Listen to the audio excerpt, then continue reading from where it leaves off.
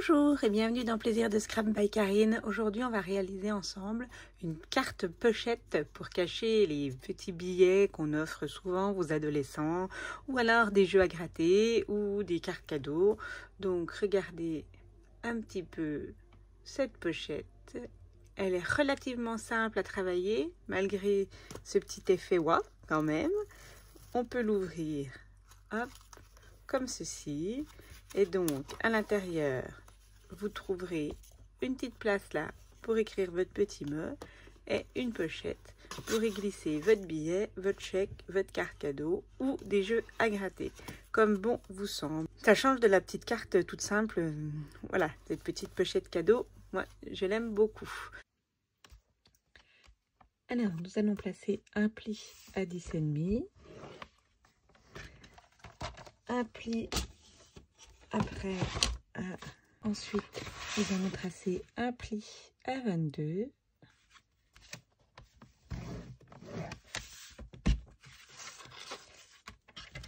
Hop, je fais un quart de tour avec ma feuille. Je me mets à 2 cm à droite de ma lame et je vais couper jusqu'à 22.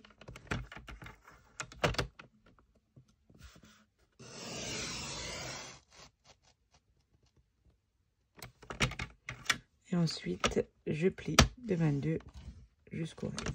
Je fais pareil de l'autre côté. Donc, je retourne 2 cm à droite.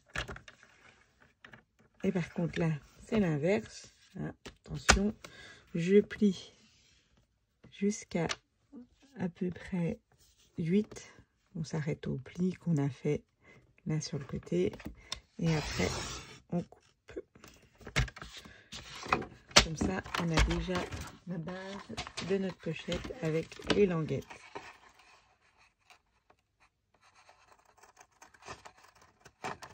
Un petit coup de ciseau pour enlever les languettes de chaque côté.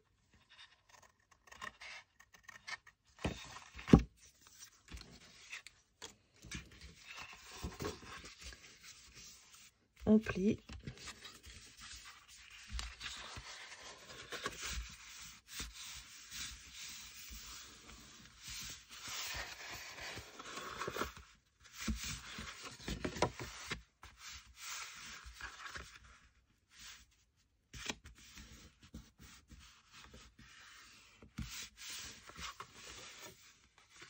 Et voilà, on n'aura plus qu'à coller et décorer. Donc, on va passer ensemble à la décoration.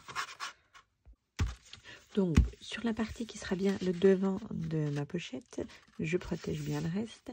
Je vais faire des petits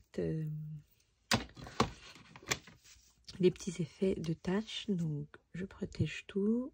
Je prends, comme mon papier, c'est du Mystérieuse Brume, j'ai choisi une teinte au-dessus, donc du bleu nuit. Je mets quelques gouttes. Je prends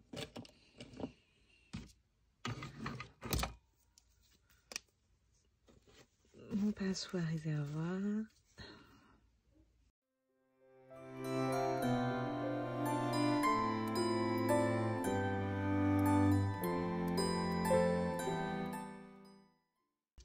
Je recommence avec de l'encre blanche, donc même principe, 2-3 gouttes.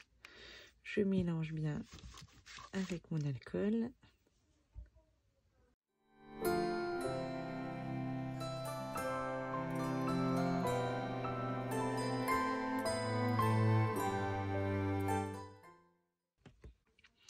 Après, pour décorer ma pochette, j'ai choisi de faire quelque chose d'assez sobre. Donc, sur du papier Mystérieuse Brume, même couleur que la pochette, recouvert de papier double face derrière. En trouvant des feuilles, vous les trouverez en bas dans mon lien dans ma boutique. Donc, hop, je vais placer mes dailles de flocons et je vais passer ça dans ma machine de découpe. Donc, une fois ma découpe effectuée, il n'y a plus qu'à enlever la protection et à le coller un peu où on souhaite. On va en coller 2, 3 et après notre sentiment et après on mettra le reste. Donc vous voyez, du coup on a quand même créé un fond très subtil, c'est vraiment très simple et puis en même temps travaillé. Généralement j'aime beaucoup ces effets comme ceci. Donc après,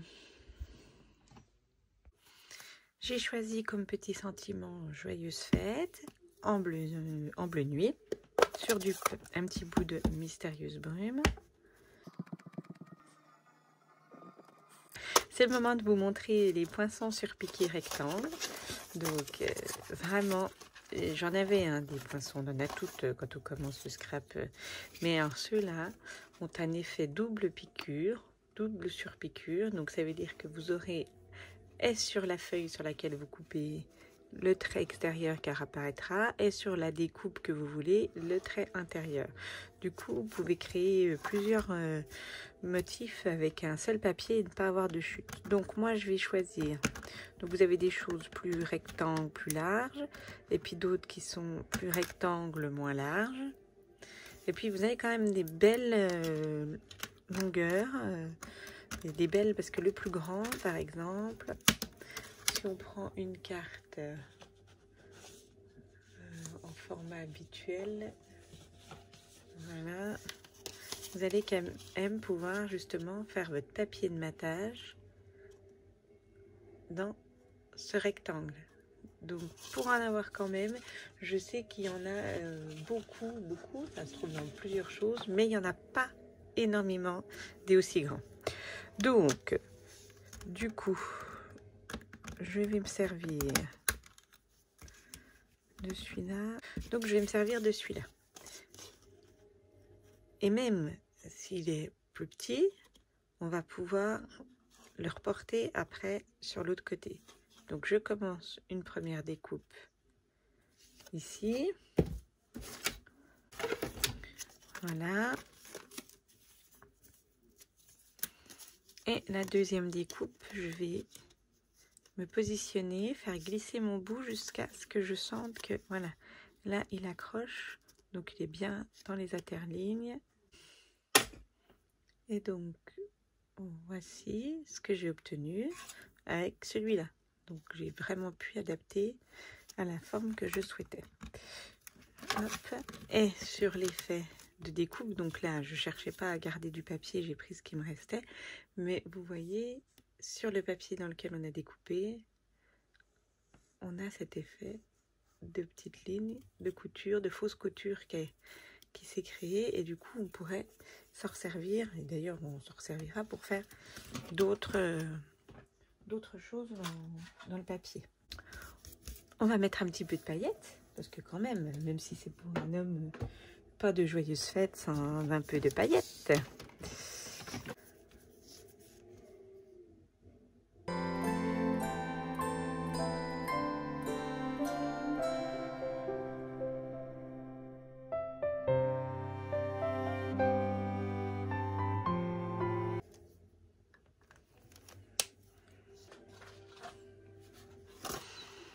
Et quand même, pour habiller le fond, on va couper. Alors, il me restait du papier à paillettes là qu'on avait eu pendant les célébrations.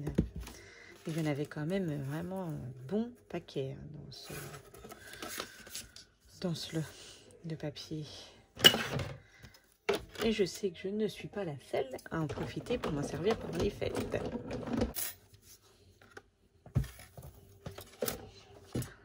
Je vais voir où est-ce que je mets le reste de mes découpes.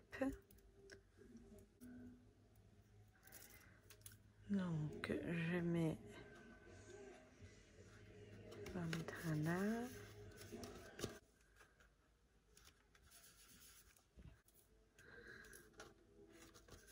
Voilà. Je vais donc coller. Alors celui-là, je vais le mettre avec du ruban adhésif, puis le deuxième avec des mousses 3D, parce que avec le Joyeuse Fête sont un petit peu en relief.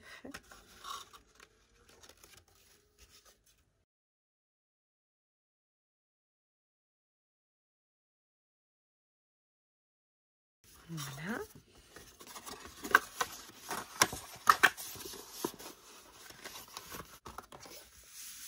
On va pouvoir décorer un peu l'intérieur.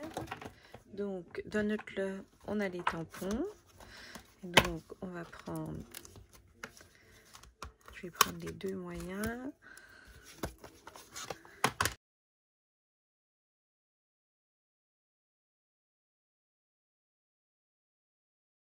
On va se garder un petit endroit pour s'écrire un petit mot.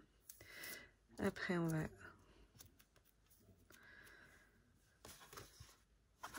hop, je vais prendre le murmure blanc.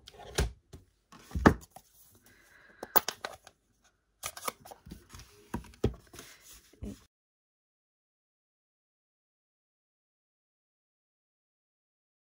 je vais passer juste au dernier, à la dernière petite touche.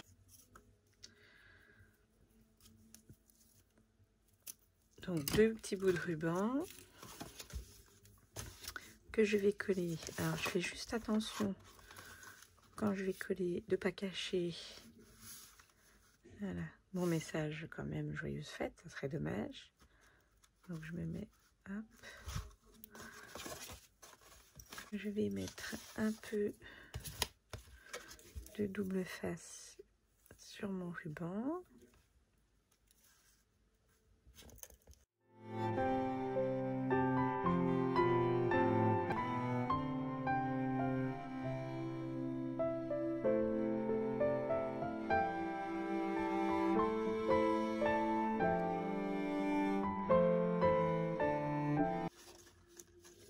Voici ma décoration intérieure. Donc moi j'ai mis avec de l'encre givrée qu'on avait eu l'année dernière à Noël, qu'on n'a plus au catalogue, mais vous pouvez blanchir.